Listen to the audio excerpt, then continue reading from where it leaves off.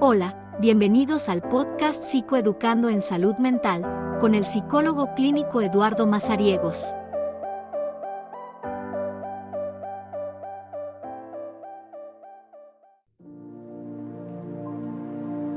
Existe una cosa de la cual no nos salvaremos y es la muerte. En la mayoría de las personas también nos tocará vivir uno o varios duelos, debido a la partida de algún ser querido. Todos sabemos que la muerte es irremediable e irreversible, sin embargo, nos es más fácil vivir a espaldas de ella. No nos gusta pensar ni en nuestra propia muerte ni en la de ninguno de nuestros seres queridos, aunque tarde o temprano llegará. Hola. Mi nombre es Eduardo Mazariegos y soy psicólogo clínico.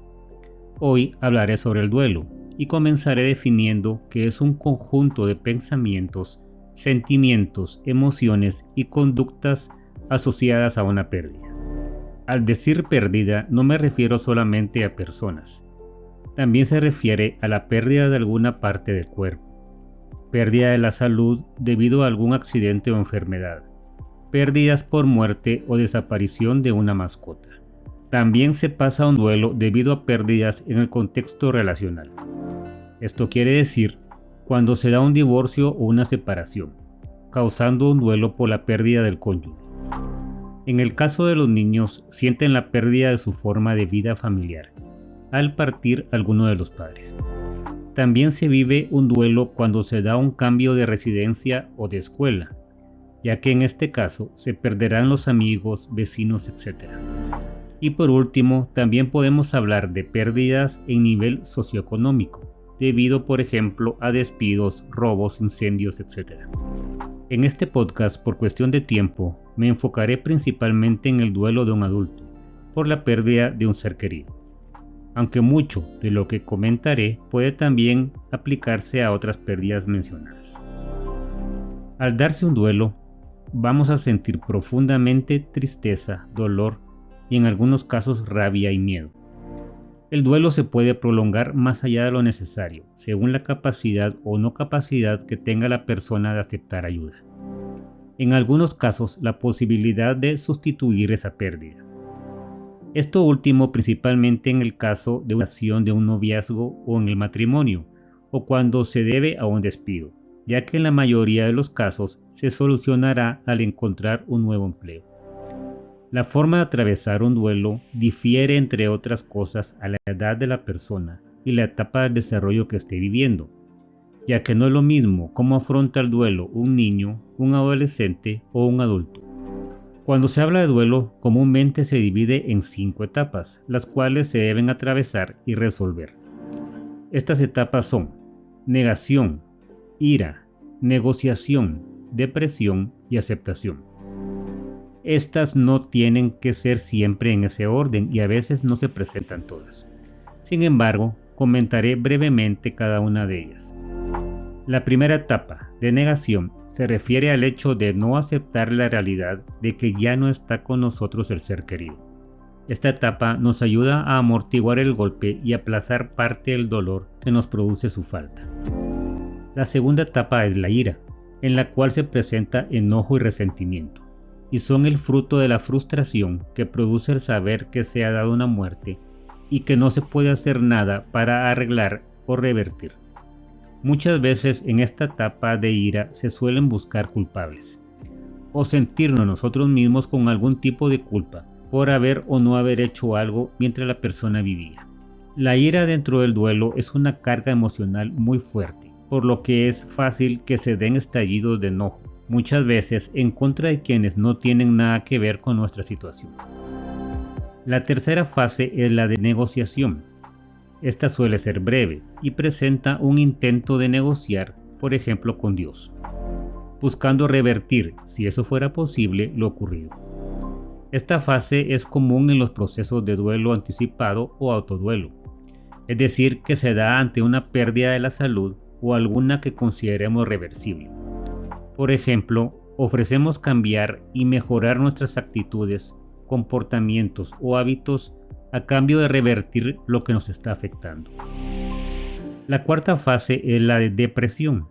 Esta se da cuando sentimos una profunda sensación de vacío porque el ser querido ya no está con nosotros.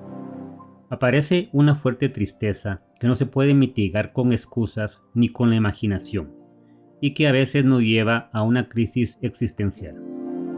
En la fase también es normal que nos aislemos, nos veamos más cansados e incluso podamos llegar a sentirnos incapaces de salir de ese estado de tristeza y melancolía. En algunos casos se dan procesos de defensa o afrontamiento erróneos, por ejemplo, a través del incremento o inicio del consumo de alcohol o drogas, buscando olvidar el dolor y la tristeza. Sin embargo, esto solo es un comportamiento de evitación que no solucionará en nada la situación que se está viviendo. La última fase es la de aceptación. Aquí se logrará llegar después de superar cada una de las fases anteriores. En esta se aprende a seguir viviendo en un mundo en el que el ser querido ya no está, y se acepta que ese sentimiento de superación está bien. Al principio de esta fase aún puede existir falta de sentimiento y cansancio, pero se comenzará a experimentar cierto nivel de alegría y placer en las cosas que nos solían gustar. El pasar y superar cada una de estas etapas debería durar entre 6 meses o un año bajo ciertas circunstancias, como el apego, la resiliencia y el compromiso de superar cada etapa. La clave está en el modo que aprendamos a convivir con la idea de que aquello que amábamos ya no volverá a estar presente. Por otro lado, cuando no se llega a aceptar una pérdida o no se consigue distanciar de la persona fallecida, estaríamos hablando ya de un duelo patológico. Este tipo de duelo incluye ciertos síntomas que no necesariamente se presentarán todos. Estos síntomas son un sentimiento de culpa, por ejemplo, sentir que no se hizo lo suficiente, no haber acompañado, incluso a veces, un sentimiento de culpa por seguir vivos. Otro síntoma de duelo patológico es entrar en un bucle. Esto quiere decir responsabilizarse repetidamente y en exceso. Por ejemplo, decirse a sí mismo frases como: si lo hubiera convencido a dejar de fumar, no habría fallecido. También puede ser patológico si se mantiene en forma prolongada recuerdos o imágenes intrusivas acerca de la persona o de las circunstancias del fallecimiento, y cuando se aíslan por mucho tiempo de familiares o amigos. ¿Cuándo es necesario un acompañamiento psicológico? La respuesta es siempre que se sienta la necesidad, sin importar en qué fase se encuentre, pero principalmente cuando se presentan los síntomas que acabamos de ver que convierten un duelo normal en un duelo patológico. Además de lo anterior, también ayuda un acompañamiento cuando no se consigue recuperar la calidad de sueño o de apetito, cuando el llanto es excesivo, si se pierde el interés en forma prolongada por las actividades que antes solía gustarle, a refugiarse en conductas dañinas como las adicciones, cuando permanecen dolores de cabeza u otras dolencias físicas. En este caso es conveniente visitar también a su médico. En resumen, es necesario un acompañamiento psicológico cuando el sufrimiento llega a ser desbordante. Veamos ahora qué nos ayuda a llegar a la fase de aceptación. En primer lugar, recordar diariamente, al menos durante media hora, los momentos vividos junto a la persona fallecida. Mejor si es en una habitación y estando solos, que nos facilite atravesar el dolor. Si hay ira o enojo, podemos hacer que fluya a través de la escritura, describiendo lo que sentimos. Esto nos permitirá bajar su intensidad en las emociones e ir descubriendo algunas partes que negamos. En ocasiones puede llegar a ser necesario tomar medicamentos para superar el duelo, pero es importante que esto sea prescrito por un médico, ya que puede llegar a bloquear el proceso del duelo. Ayudará a realizar una técnica de relajación, principalmente cuando se está en la fase de ira. Esto puede hacerse a través del mindfulness, la cual veremos en otro podcast. También puede utilizar un método de relajación por medio de la respiración. En el primer podcast menciono uno. Es importante no responsabilizar a ninguna persona ni a sí mismo. ¿Cómo ayudar a una persona que pasa un duelo? Aparte de lo anterior, cuando no se pasa por un duelo, pero un amigo o familiar necesita apoyo porque está atravesando uno, podemos incentivarlo a narrar recuerdos o hipótesis positivos, que la persona fallecida hubiese querido para él o para ella.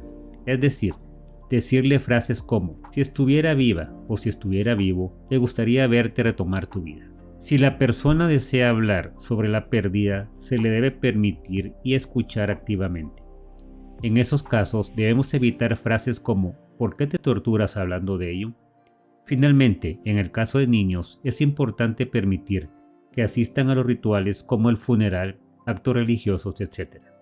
En conclusión, debemos saber que mucho de lo que se siente durante el duelo es normal. Por ejemplo, los sentimientos de tristeza, enfado, culpa, soledad, fatiga y en ocasiones el sentir alivio es normal. En lo físico es común sentir un vacío en el estómago u opresión en el pecho o garganta y falta de energía. En cuanto a lo cognitivo, es decir, del pensamiento, también es normal sentir confusión, preocupación, problemas de sueño, falta de apetito, conductas distraídas, aislamiento, sueños con el fallecido, llanto, atesorar objetos especiales de la persona fallecida, así como visitar lugares que les traen recuerdos. Como consejo, es preferible no tomar decisiones que ocasionen cambios en la vida durante el proceso del duelo. Debemos saber que lograr la aceptación no es renunciar al fallecido, sino encontrarle un lugar adecuado para él o para ella en su vida emocional, de tal forma que le permita continuar viviendo de manera funcional en el mundo. Aunque habrá momentos que serán más difíciles para nosotros, como en los aniversarios, cumpleaños del fallecido y en la época navideña. No evitemos expresar lo que sentimos porque, como dijo Helena Deutsch, una psicoanalista austríaca, los sentimientos no expresados de manera abierta se expresarán de alguna otra forma. Hay mucho que hablar sobre este tema. Sin embargo, espero que le haya sido de utilidad esta información que he elegido. Muchas gracias por llegar hasta acá, y si conoce a alguna persona que pueda ser beneficiada con este podcast, por favor no dude en hacérselo llegar. Hasta pronto.